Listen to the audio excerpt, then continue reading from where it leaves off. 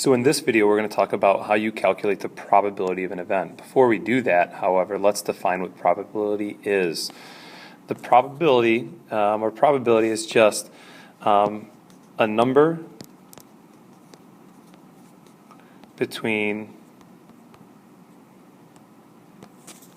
0 and 1 that represents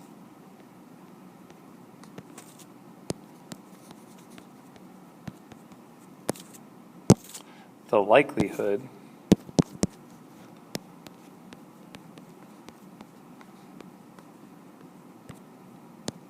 that an event will occur.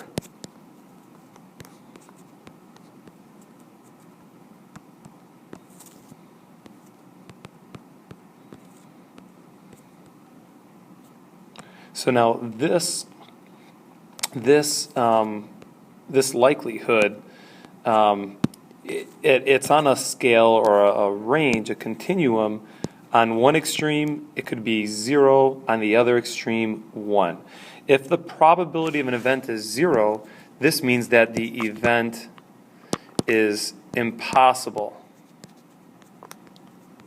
It is just not going to happen. If, on the other hand, the other extreme, if the probability of an event is 1, this means that the event is imminent, meaning it has to happen. So the event, without any question, will occur. In the middle is a half, right? This is kind of like an easy between, where this is like a coin flip. You have a 50% chance or a 0.5 chance that you can flip a heads if you were to flip a coin, or a tails. So this is like a coin flip in the middle. Now, there is a way of calculating the theoretical probability of an event. So if we wanted to calculate the probability of event A, it's written like this, P of A. We kind of use it like a function notation, P of A. And all you have to do to find the theoretical probability of event A is create a fraction where you count the number of outcomes in A. So we got to do the number of outcomes for event A out of the total number of outcomes. And it's as simple as that. Really, you're just going to count the number of ways event A can happen out of the total number of ways this event can occur, and then you'll have your theoretical probability. In this first example, we're going to apply that theoretical probability. It says you roll a 6-sided die whose sides are numbered 1 through 6. Find the probability of A, rolling a 4. The way we're going to do this, guys, is we're going to do the probability of rolling a 4. And I would just write it like that for shorthand. We'll just do probability of a 4. And what we have to do is count the number of ways we can get a 4. So number of ways to roll a 4 out of the total ways we could roll. All right, so if you think about it, on a 6-sided die, there's only one way to get a 4, and that's for it to land on the 4. So the total number of ways to roll 4 is only 1. Out of the total number of possible outcomes of rolling the die, there is 6 ways of doing that. So our probability is just 1 over 6. Now that's something where if you wanted to use your calculator, and I do like it when you guys give me probabilities as a decimal, and we can round it to 2 decimal places in most cases. Here this would be about a 0.17 probability. So 0.17 would be the probability. So it's pretty close to 0, not very likely for this to happen. Another way of thinking about it is, if you look at the fraction, out of 6 rolls, we would only expect this to happen 1 time out of 6. So that doesn't mean if you roll the die 6 times, it will happen once. But theoretically, if we were to roll it 6 times, we would expect it to happen only once. Let's go on to part B. If we roll an odd number, what's the probability of rolling an odd? So probability of getting an odd. Well, the total number of ways to roll an odd, if you think about it, there's 3 ways, right? You can get a 1, a 3, or a 5 on the die out of a grand total of 6 ways it can roll. So that's really just 1/2 or 0.5. It's like a coin flip. There's half the sides of a die are odd and half are even. So it kind of makes sense that the probability of rolling an odd is 0.5. It's like a coin flip. Now, here I want to find the probability of rolling a number less than 7. So number less than 7. Well, guys, think about this for a second. If you have a 6-sided die that are all labeled each side 1 through 6, and you roll the die, the number has to be less than 7. So if you think about all the ways to roll a number less than 7, there's 6 ways of doing that out of 6 possible. That reduces to 1. That is 100% going to happen. If you have a regular die and you just roll it, it will be a number less than 7. So that's probability is 1. Okay?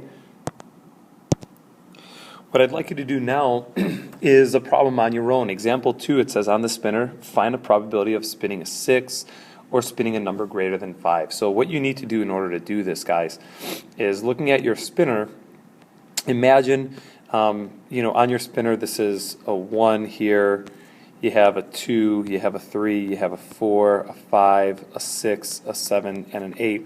And imagine you had like a little spinner that you can flick with your finger, and it rotates around the center of the circle and lands eventually on one of the numbers. And I think I just realized I put a 7 twice, so let's make that 7 and that an 8. There's 8 spots, right? So what I'd like you to do is, now that you kind of have the spinner numbered, find the probability of spinning a 6, which is probability of getting a 6, and then see if you can find the probability of just spinning a number greater than a 5. So pause this right now and see if you can figure that out. That's something we will check when you come into class tomorrow, and just see how well you understood the basics of probability. Okay, now, a little bit tougher. In example 3, you have a CD that has 8 songs in the CD player, and you set the player to play the songs at random. The player plays all 8 songs without repeating any of the songs, so it won't play song number 1 again later on in the rotation. For part A, what is the probability that all the songs are played in the order that they're listed on the CD? I have to modify this one, I think, for the current time frame that we're looking at. Guys, imagine you have your iPod, right, and you have 8 songs on a playlist, and you hit random or shuffle, right? What's the probability that the iPod would play the songs on the playlist in exactly the order that they're listed at total random? Like, you'd almost think that the iPod was broke, that you forgot to hit shuffle, but you did hit shuffle. So we want to find that probability. So let's see if we can write this out. We're going to find the probability that all 8 songs are played in order. All right, so that means we have to count all the ways we can play 8 songs in order. So how many ways to play 8 songs in order out of total ways to play 8 songs. So what we can do here is think for a second. If I have to play all of the songs in the order that they're listed, if you think about it, you only have one song or one choice for every song. It's got to be the song listed first, played first. It's got to be the song that's listed second, played second, and so on. So there's really only one way of playing all the songs in exactly the order that you have them listed on your playlist, or the way they are on the CD. Now, if you have to count the total ways that it could potentially be played, shuffled around, Order matters here, and we're ordering all 8 objects or all 8 songs. So that's just 8 factorial. So it's just 1 over 8 factorial. Now this number is really, really close to 0. It's 1 divided by 8 factorial. And that's a really small decimal.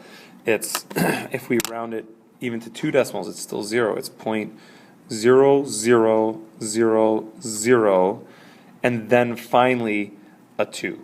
Really what it is only one way out of, if you just calculated 8 factorial, that's 40,320.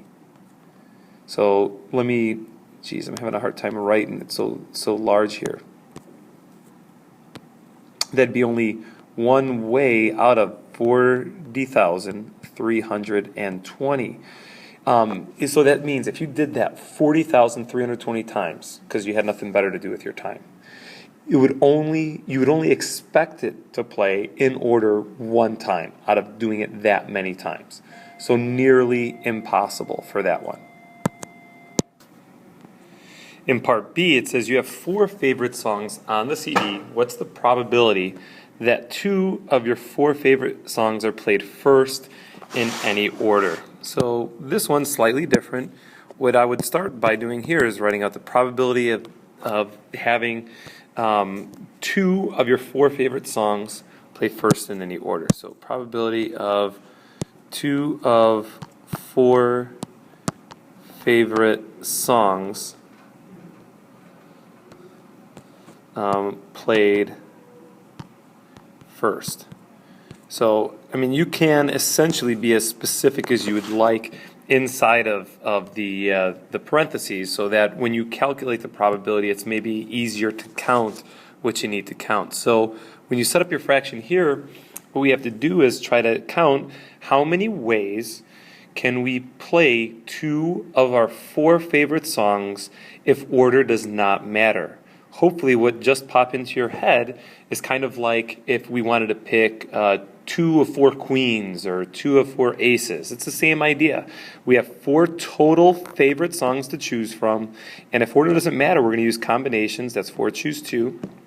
And then we have to decide, okay, how many total ways could we have picked those first 2 songs? Really, I don't care about what's going on in song number 3, 4, 5, 6, 7, or 8. I only care about those first 2. So in all, I think there are 8 songs to choose from for the first 2 songs. So if you calculate that, 4 choose 2, I want to say is 6. I'm going to use the calculator to double check that. It is 6, and then if you did 8 choose 2, I think you get 28. So if you divide 6 by 28, you'd get approximately 0.21 for your probability.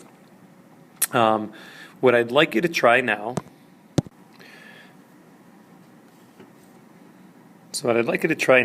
is the following 2 examples. Now these are similar to the ones you've seen me do just previously. They're a little tricky. I might try to help you a little bit with example 4. So if you read along with me, it says there's 9 students on your math team. You draw names one by one to determine the order in which they'll answer questions at a math meet. What's the probability that 3 of the 5 seniors on the team will be chosen to go last in any order? So let me just kind of help you with the setup at least. Here you're going to do the probability 3 of 5 seniors go last. So this is kind of like the last problem. We talked about only the first 2 songs. We were only concerned about the first 2 songs. Here, I'm only concerned about the last 3 spots. And in those last 3 spots, so what I would try to count in the top is, all right, how many ways can we pick 3 of our 5 seniors to go last out of all the possible ways that we could have picked the last 3 spots for our team? So I hope that helps you a little bit there.